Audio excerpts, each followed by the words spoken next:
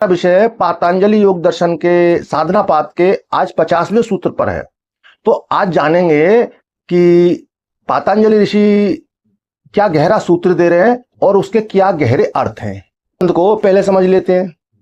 मूल बंध है यानी गुदा मार्ग को ऊपर की ओर खींच कर रखना। जब आपने सांस होल्ड की हुई है बाहर या अंदर, जब आपने कुंभक पूरी तरह से किया हुआ है, उस समय अगर आप अपनी गुदा मार्ग को ऊपर की खींच कर रखेंगे तो यही स्थान ऊर्जा का है, यही स्थान कुंडलिनी शक्ति का है। तो इससे सुषुम्ना मार्ग खुलने लगता है और कुंडलिनी शक्ति जागृत होने की पूरी संभावनाएं बनने लगती हैं।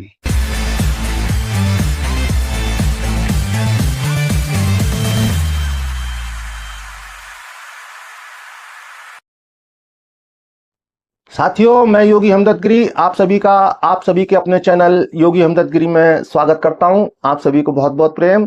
साथियों, हमारा विषय पातंजलि योग दर्शन के साधना पाद के आज 50वें सूत्र पर है।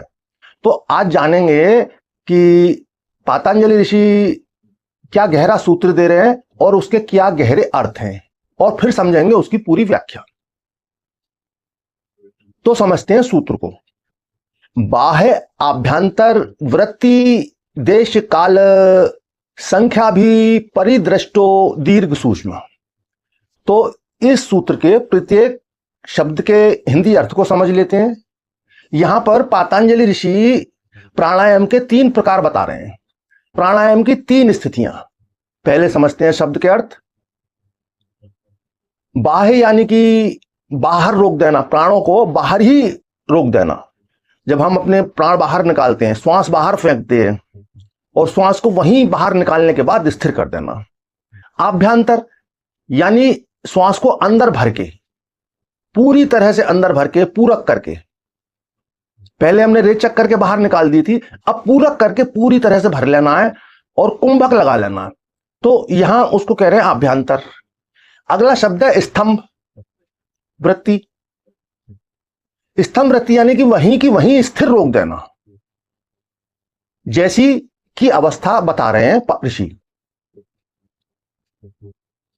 देशकाल, देशकाल का अर्थ है, देश के अर्थ हैं जिस जगह पर अब जिस समय आप प्राणायाम करते हैं और अपने मन को, अपने विचारों को जिस स्थान पर केंद्रित करते हैं, अपने मन को जिस स्थान पर स्थिर करते हैं। जैसे आप प्राणायाम कर रहे हैं, आपके ध्यान आज्ञा चक्र पर स्थित है, प्राणायाम कर रहे हैं, ध्यान आज्ञा चक्र पर स्थित है। तो या कहीं भी किसी का अलग अलग स्थान पर हो सकता है। तो उस देश के यानी उस स्थान के विषय में बात कर रहे हैं।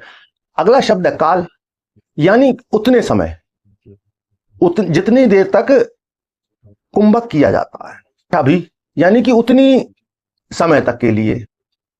सूक्ष्म दीर्घ, तो यहां पातंजलि ऋषि कह रहे हैं ऐसा करने से प्राण दीर्घ और सूक्ष्म होते हैं, यानी लंबे और सूक्ष्म अवस्था में आते हैं, यानी कि उनका प्रभाव, उनके विचारों की गति कम होती है। तो साथियों, अब इस विषय की पूरी तरह से इस सूत्र की व्याख्या को समझते हैं।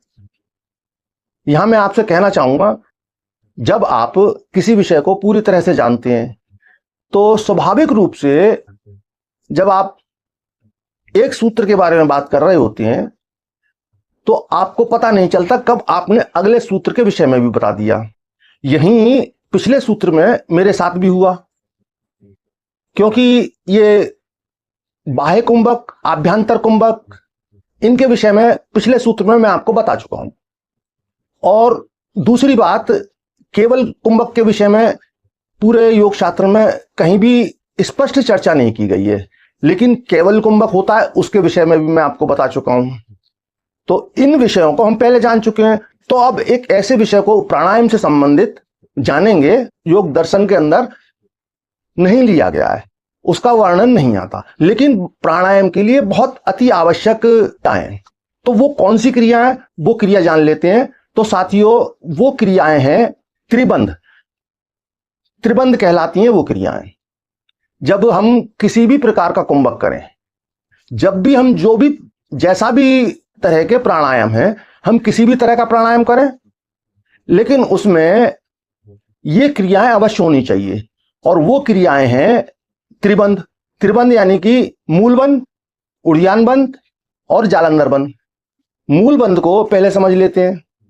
मूल बंध है यानी गुदा मार्ग को ऊपर की ओर खींच कर रखना। जब आपने सांस होल्ड की हुई है बाहर या अंदर, जब आपने कुंभक पूरी तरह से किया हुआ है, उस समय अगर आप अपनी गुदा मार्ग को ऊपर की खींच कर रखेंगे तो यही स्थान ऊर्जा का है, यही स्थान कुंडलिनी शक्ति का है।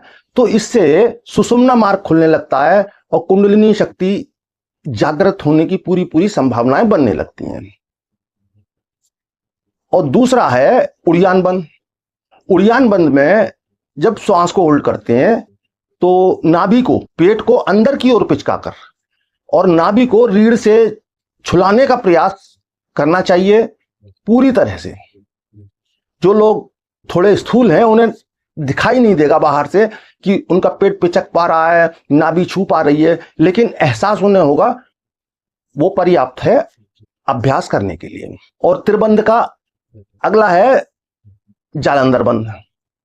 श्वास को रोकते हैं तो चिन्ह को, थोड़ी को यूं करके सीने से लगाकर यहां के सब कुछ ब्लॉक कर देना। तो साथियों, इससे क्या होता है, आपके प्राण सही दिशा में गति करते हैं और प्राणों के अनियंत्रित हो जाने से आपको कोई हानि नहीं होती। क्योंकि कई बार कुंभक करते समय श्वास पर नियंत्रण ना होने के कारण श्वास नीचे भी धक्का मार देती है और ऊपर की ओर भी धक्का हो जाता है, जो कि हमारे शरीर के लिए, हमारे सिस्टम के लिए, हमारे बहुत सारे नाजुक ऑर्गन्स के लिए उचित नहीं है। तो आप जब भी प्राणायाम करें तो इन त्रिबंधों का अवश्य ही प्रयोग करें। तो साथियों, आज का विषय आप ठीक से समझ पाए होंगे, मैं ठीक से समझा पाया हूँगा। फिर भी समझने में या समझाने में कहीं चूक हुई हो तो आप अपने कमेंट बॉक्स में लिख सकते हैं। इसके साथ ही लाइक करें, सब्सक्राइब करें, शेयर करें, अधिक से अधिक घंटी अवश्य दबाएं, क्योंकि बेल आइकन दबाने से आपको हमारी नोटिफिकेशन सबसे पहले मिलती हैं। और साथियों, इसी के साथ आप खुश रहें, मस्त रहें, तंदुरुस्त रहें। भौतिक जीवन में सभी कुछ अचीव करते हुए आध्यात्म की गहरी गहरी अवस्थाओं को जानें, गहरी गहरी समाधियों को जानें, उच्चतम शिखरों को छुएं। इस कामना के साथ, इस अभिलाषा के साथ आप सभी को बहुत बहुत प्रेम।